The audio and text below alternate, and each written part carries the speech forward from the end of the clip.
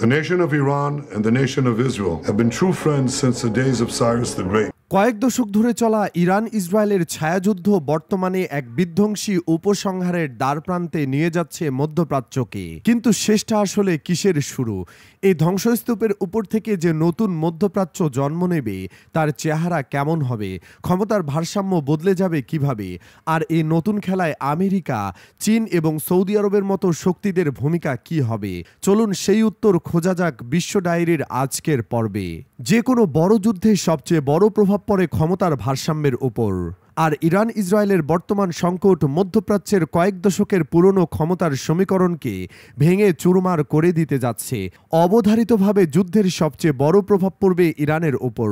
কয়েক দশক ধরে গড়ে তোলা এক্সিস অব রেজিস্ট্যান্স বা প্রতিরোধ অক্ষের কেন্দ্রবিন্দু হিসেবে যে ইরান নিজেকে প্রতিষ্ঠা করেছিল, সেই ইরানের সামনে উন্মুক্ত হতে পারে দুটি ভয়ঙ্কর পথ। প্রথম পদ অভ্যন্তরীণ বিশৃঙ্খলা ও গৃহযুদ্ধ।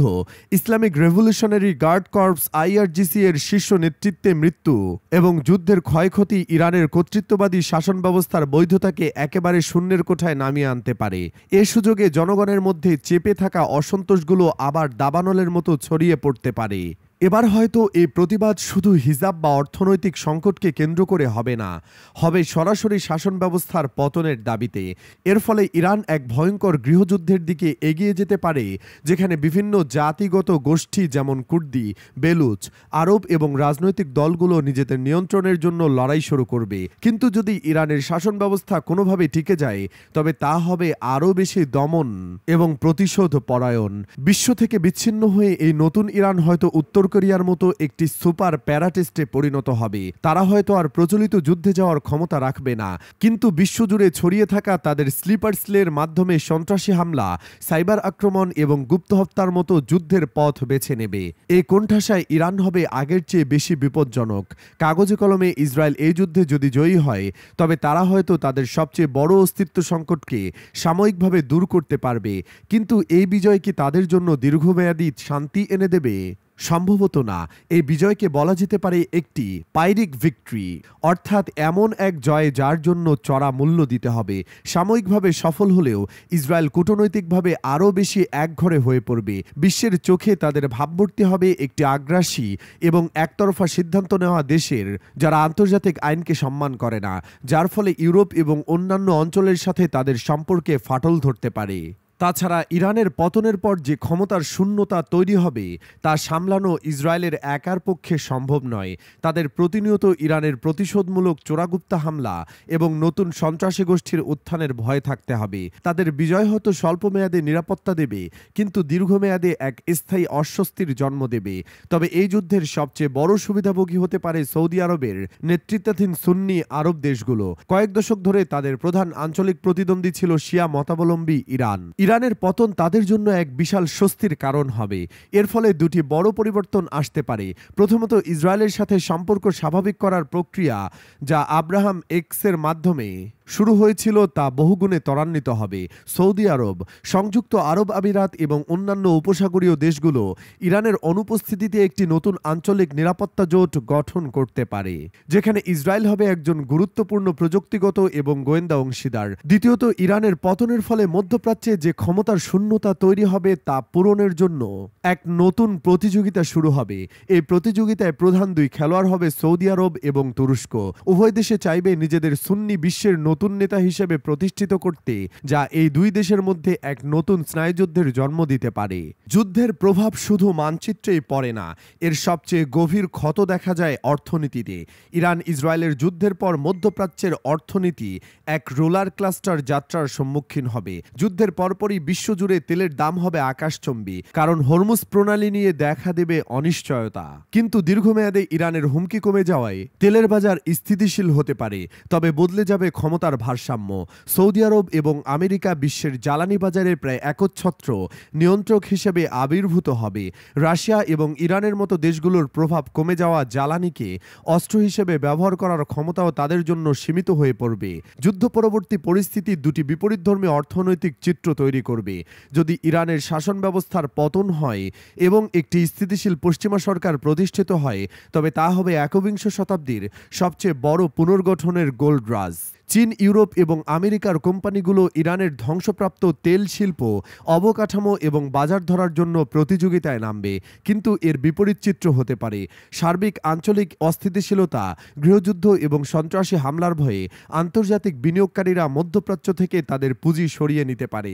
এর ফলে উপসাগরীয় তেল সমৃদ্ধ দেশগুলো ছাড়া বাকি অঞ্চল যেমন লেবানন, সিরিয়া এবং জর্ডান এক ভয়াবহ অর্থনৈতিক মন্দার শিকার হতে পারে। ইসরায়েলের অর্থনীতি, যা মূলত প্রযুক্তি, উদ্ভাবন এবং পর্যটনের উপর নির্ভরশীল, তা মারাত্মকভাবে ক্ষতিগ্রস্ত হবে। বিপুল পরিমাণ সামরিক ব্যয়, সার্বক্ষণিক নিরাপত্তার অভাব, একটি নেতিবাচক আন্তর্জাতিক ভাবমূর্তি বিদেশি বিনিয়োগ এবং পর্যটকদের নিরুৎসাহিত করবে।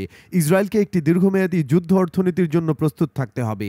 মধ্যপ্রাচ্যের এই নতুন দাবা খেলায় শুধু আঞ্চলিক শক্তিরাই খেলোয়াড় নয়, এই খেলার গতি প্রকৃতি নির্ধারণ করবে বিশ্বের প্রধান পরাশক্তিরা। আমেরিকা হয়তো এই যুদ্ধ চায়নি, কিন্তু এর পরিণতি সামলানোর দায়িত্ব চেপে বসবে তাদের কাঁধেই। ইরানের পতনের পর যে বিশৃঙ্খলা তৈরি হবে তা নিয়ন্ত্রণের জন্য আমেরিকাকে আগের চেয়েও বেশি মধ্যপ্রাচ্য ইস্যুতে জড়িয়ে পড়তে হবে।